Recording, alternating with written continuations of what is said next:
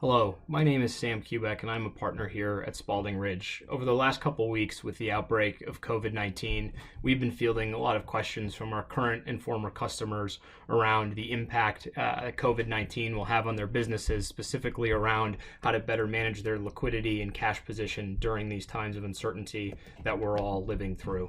At Spaulding Ridge, we have a team of international consultants that prides ourselves on focusing on servicing the office of the CFO across many of our different platforms, and have folks with a lot of experience dealing with liquidity management, balance sheet management, and going back to helping a lot of our clients through the last recession in 2008 and 2009. With the outbreak of all of this, we've seen a lot of that same modeling be very relevant, and in response to it have put together what we are calling our CFO Liquidity Kit. A lot of the questions that we've been receiving really come down to how to effectively and accurately manage cash given this uncertainty and different scenarios that each of your businesses may be facing, really with a focus on being able to hit payroll as well as service our debts and kind of continue on your growth track. So obviously, with this information being spread across so many different systems in a normal organization, a lot of this is stored in your ERP systems, spend management systems, one-off spreadsheets, bank term sheets, MSAs, your human capital management systems, as well as kind of other FP&A systems. It's very hard to get your arms around all of this and understand what your current position is, and more importantly, what actions you can take to shore that up. We have found that Anaplan, one of our software partners, is a perfect place to pull a lot of this information together from those disparate systems to better be able to answer a lot of these questions here on how you and your organization can help manage cash through these times. So we have really bucketed it out into some main categories where we can go very deep, and depending on what the need at your organization is, but helping answer a lot of these questions from payables to receivables through debt obligations and refinancing into some of the steps the government has taken to shore up businesses of all sizes, into kind of your CapEx and asset position, and what can we do all in an effort to collect and preserve cash as we go through these next couple months.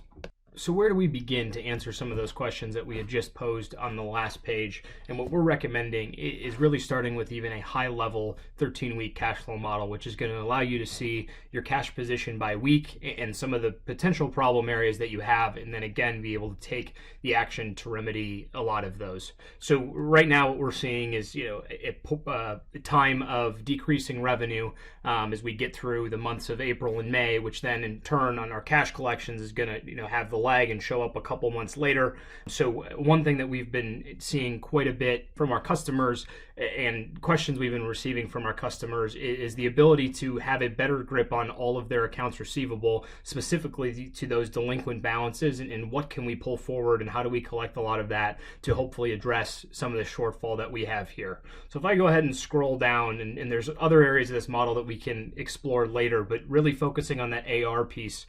to begin. We have all of our balances, delinquent balances by our customers down here, and have the ability to drill into, at an invoice level here, what are the invoices that are majorly overdue, and what can we hope to accelerate to fill this cash gap that we're going to have here in a month or two.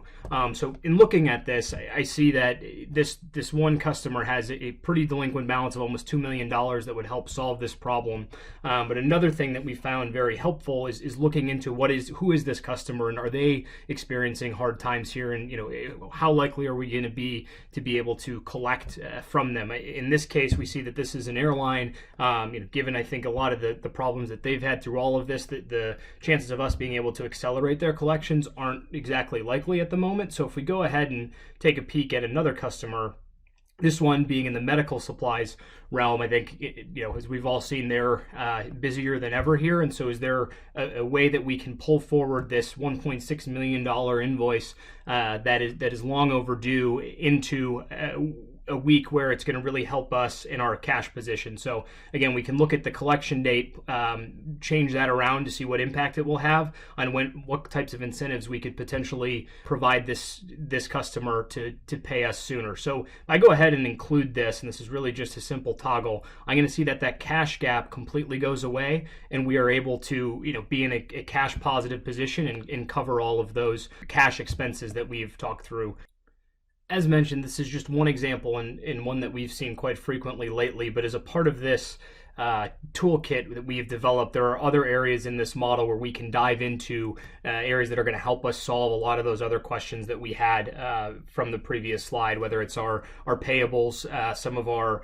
payroll details, and what does our actual workforce planning look like, some of the debt service and covenant analysis where we can evaluate our term sheets from banks, the different debt facilities that we have to draw upon and potentially renegotiate there, any of our CapEx spending that we can get better control on, and are there any pieces of those that are non-essential that we can look into, and then with the stimulus bill being signed here recently, what kind of government assistance can we expect, and when do we think that's going to hit from a cash perspective